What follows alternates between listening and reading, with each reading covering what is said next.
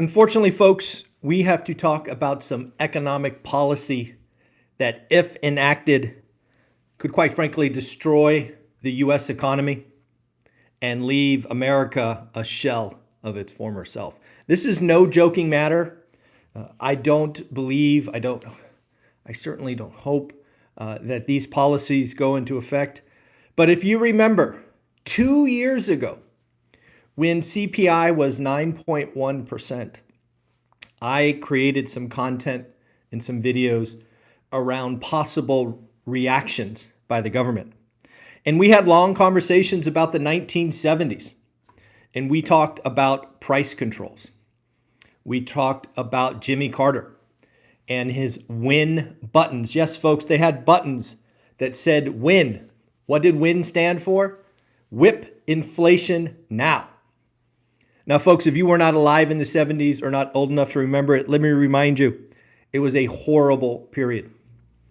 One of the things that Jimmy Carter did is he set price controls on gasoline. If you don't remember, do yourself a favor and search gas lines of the 1970s. Folks, I am not kidding you. They alternated when you could fill up your car. If your license plate ended in an even number, you could go on one day. If it was an odd number, you could go on a different day. Folks, Russia, Venezuela, many other countries have tried price controls, and the outcome is always the same. It might feel good in the moment, but very quickly, supply reduces. Next, quality reduces. Next, you will start to see a black market for goods. And then, folks, you start to see bread lines, gas lines. Price controls, again, might feel good, might whip up excitement, but if you remove the competitive juices, you are left with pain, suffering, and misery. The fact that someone would think grocery stores have been gouging people when the average grocery store's margin is under 2% is somewhere between comical and insulting. It is more expensive at the grocery store. You and I both know it. We have a politician that is trying to whip up that energy and blame the grocery stores for price gouging. Folks, you can look at their income statements and realize that most grocery stores' profits are down because they've had to implement other systems and processes that the government mandated. So hopefully we don't go back to repeating mistakes of Russia, Venezuela, Jimmy Carter. But I think we are seeing economic policy that should be frightening. We are seeing economic policy position right now that should be frightening. I have never met an economist who thought price controls was the right answer. It's like 0 and 100. It doesn't work. It might feel good, but it simply doesn't work. All right, that's enough about price controls, groceries, all of that. Let's talk about the big elephant in the room. We got some housing policy released, I think it was on Friday, it might have been Saturday, that we need to talk about. We have some housing policy that is net. Well, let's go through it in general. Actually, I took some notes. I'm going to pull up on my phone real quick because I want to make sure I get them. And just so you know, at noon today, you're going to get a special treat from Lance Lambert. Lance Lambert and I had an emergency call yesterday morning breaking down Kamala's housing policy. You can go ahead and find Lance's article on Fast Company. So there are basically 4 points that I want to talk about, and we're going to end with the $25,000. Number 4, we'll go backwards. Creating a $40 billion innovation fund that would empower local governments to fund local solutions to build housing.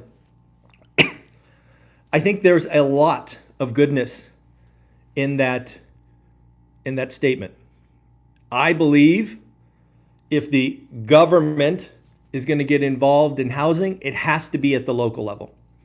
I am not one to believe that the federal government has the power, know-how, skill, experience to institute housing at the local level.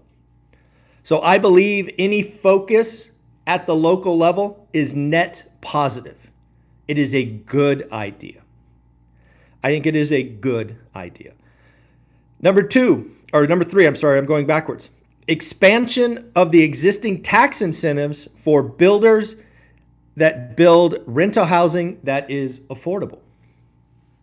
Again, I think if you are taking existing tax incentives and you are increasing or encouraging or whatever that is, I think, again, that is net positive. You are basically empowering individuals and companies that are already doing that work to do more of that work. Again, I think that is net positive. Number two, going backwards, creating a tax incentive to encourage builders to build starter homes. It would complement the neighborhood homes tax credit. I honestly don't know what that tax credit is. I'm going to assume it's easy to, marry up or partner. Again, I think setting tax incentives to empower builders who are already doing that to build what we need, affordable housing, entry-level housing, again, net positive. So before we get to the $25,000, I want to bring another surprising elephant in the room that I don't think anybody except Lance Lambert is talking about. And that is the goal of building 3 million new homes. Now, when you first hear that we're going to build 3 million new homes, I say, bravo. Bravo. We finally have a politician talking about supply.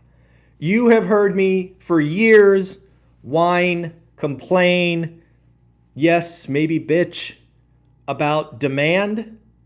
Nobody talking about supply. So I want to give credit where credit is due. We are talking about 3 million new units. Now, folks, unfortunately, as an economist, I need to remind you what that means, because the unintended consequences is not good. Again, it feels good. It's the right answer. But you got to remember, when you are building 3 million homes, 750,000 homes a year. Let's talk about that. 750,000 homes a year. That is roughly 25 to 30% more homes that are being built right now. Okay. Michael, how can that be a bad thing? Well, again, I didn't say it was a bad thing. I just want you to know what happens next. Okay? This is what happens.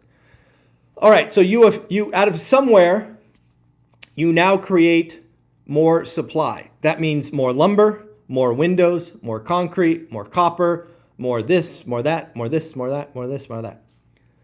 What did we learn during the pandemic? Folks, I will ask you to go look at your lumber charts. Folks, back in 2020, the uneducated economist warned us that lumber was going to shoot through the roof, and he was right. What was really happening, though? Well, builders, seeing the demand from the public, ramped up production. That ramp up in production did it into a supply chain that did not have enough capacity. See, folks, we run in a supply chain with very, very little slack.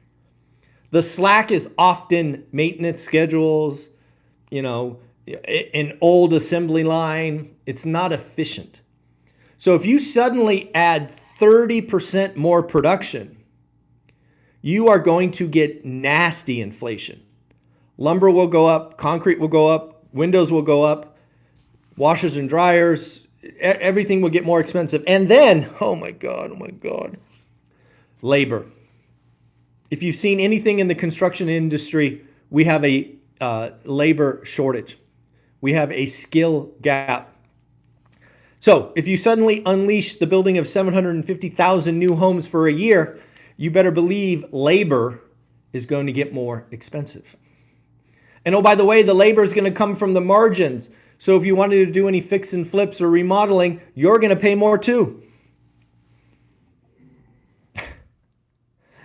Yeah. So again, it is the right idea, but you have to look at the entire supply chain. Where is this lumber going to come from? Where are these windows going to come from that go into these 750,000 new homes you want to build a year? Okay, now we can go to the 25,000 bucks, which again, I don't know if you caught this, and Lance Lambert again is the only person that caught this that I know of. It was pitched that the down payment assistance would average 25,000. Hey, Brian, thanks for buying your VIP ticket to the event. We will see you in Vegas. So again, down payment assistant will average 25,000. So what does that mean? Well, that means some folks are going to get a lot more money. And again, folks, $25,000 on an entry-level house could be somewhere between, 4 and 20% of the purchase.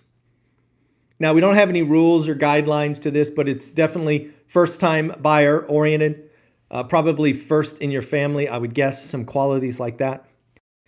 But if you unleash a $25,000 down payment in free money, again, all you have to do is go back to the pandemic to understand what free money does. Folks, the American consumer does not respect free. They just piss it away.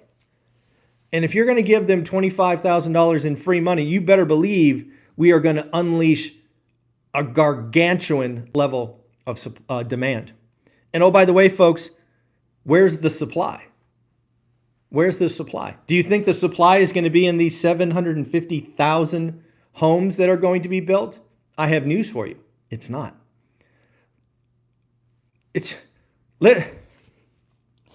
The problem with this is something called elasticity and inelastic. Yes, these are economic terms. I'm sorry to bore you, but these are important. Elastic means how fast something could change. Inelastic means how sticky or hard it is to change. So I ask you, in this scenario that we've just talked about, more supply and more demand, which is inelastic and elastic? Well, folks, we already learned that answer. We have been here before. Demand is very elastic. It will snap instantaneously. Folks, go look at the active listings. See how low the active listings got? That was because demand just came out of nowhere. And we had bidding wars and acceleration clauses and waiving inspections and stupidity and stupidity and stupidity. The supply, even with best efforts and a magical supply chain that somehow works itself out, 18 months? 24 months? 4 years away? I remind you, again, whenever the government gets involved, they make promises that they suck at keeping. In the last 4 years, I believe there are 2 examples that you could look at and go, you're not going to fool me this time. I ask you to look at the notion of broadband to rural America. I believe that was approved 3 or 4 years ago. I believe it was 40, 50, $100 billion. And not one home has been connected. Okay, great. That's one example. How about another one? Well, billions of dollars were deployed to put EV charging stations across the country. Supposed to be thousands and thousands and thousands of them. Based on an article I read yesterday, they have successfully done 8. So again, I ask you, if demand is elastic and supply is inelastic, can anything come from this except wildly inflationary? Folks, I estimate that within 12 to 18 months, entry-level housing would go up 10 to 15%. We've been here before. You can look at the charts. It's not that hard. And oh, by the way, if you unleash this demand into a falling rate environment,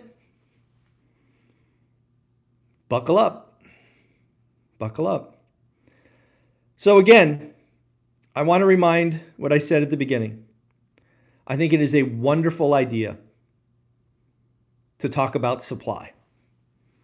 I think anything you could do at the local level, anything you could do with tax incentives to get the behavior you want is a good idea.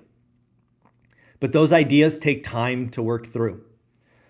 Unleashing demand, which is hugely elastic, is inflationary. And if you do that into also price caps and price controls, we could destroy the economy. We could have bread lines. We could go back to the 70s and have lines of, you could only fill up your tank on Monday, Wednesday, and Friday. Other people, Tuesday, Thursday, and Saturday. We have done that before. Jimmy Carter, in his whip inflation now buttons, did it. Price controls feel good, but don't end well. Alrighty, folks, we got a couple other things to talk about. Sorry for that little rant, but I figured we have to go through the economics of these proposals.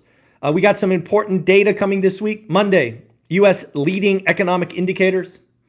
Is the U.S. heading to a recession or not? We got a couple of Fed speeches on Tuesday. We will get the FOMC minutes on Wednesday. I'm going to be curious how much of a talk was there around a cut. Thursday, we will get initial jobless claims. Again, are we trending in the 230s? Or are we going back to the 240s on the weekly numbers? We will get existing home sales. Folks, this is the one. I think this is the one. Remember, it was about 6 or 8 weeks ago. I said that we are going to go below the bottom of 3.88 million. Last month, we got close. 3.89 million. The experts are calling for 3.95. Again, I am calling for sub 3.88. So I think we are going lower. And then Friday, we get the Jackson Hole speech from Jerome Powell. This will undoubtedly be market moving. Will he talk about the certainty of a September rate cut? Will he put it on pause and make it a 50-50 chance? Will he talk about waiting till after the election? I don't know, but it is going to be interesting. Folks, we have an accountability group today. Sunday, we have an accountability group. If you are in the school community, Jared and team will be running that. If you need some help, you want to be in different rooms with investors really doing it, join school. Also wanted to let you know the Vegas event's starting to fill up. I'm starting to create the outline. I'm releasing a video tomorrow, perhaps the most important discussion I've had ever, with a young man named Fred. That's going to be a powerful session in Vegas. I'll just leave it at that, and I'll let that video speak for itself. You're gonna be in a room with a bunch of go-givers. You're gonna have a ton of fun. You're gonna get your questions answered. More importantly, you're gonna get your answers or questions answered from more than one person. You're gonna see a diverse group of speakers: real estate, content, mental health, stocks, relationships, etc. You're gonna hopefully create new friends and important memories. And of course, you're gonna learn, be inspired, and frankly, motivated to do the work. Again, join the school community. We are going to have some special guests hosting sessions. You got Casey from Brick by Brick tomorrow. She's doing a couple of Mondays. You got Dion and Matt doing some stuff on Friday. You have Frank leading accountability groups on Wednesdays and Jared on Sundays. Ty's doing an event later in the week. Matt, the mortgage guy's doing one later in the week. Folks, why aren't you a part of school? You have to be in rooms with people that are doing the things that you want to do. If you are in school and haven't introduced yourself, please do. There are so many amazing people in there. Just tell them what your buy box is. Ask questions. Tell your journey. Tell your story. I promise you, you will see the love. Alrighty, folks. Take care of yourself. Oh, scary, scary times. Oh, I can't believe we're talking about price controls. Oh, my God. Later.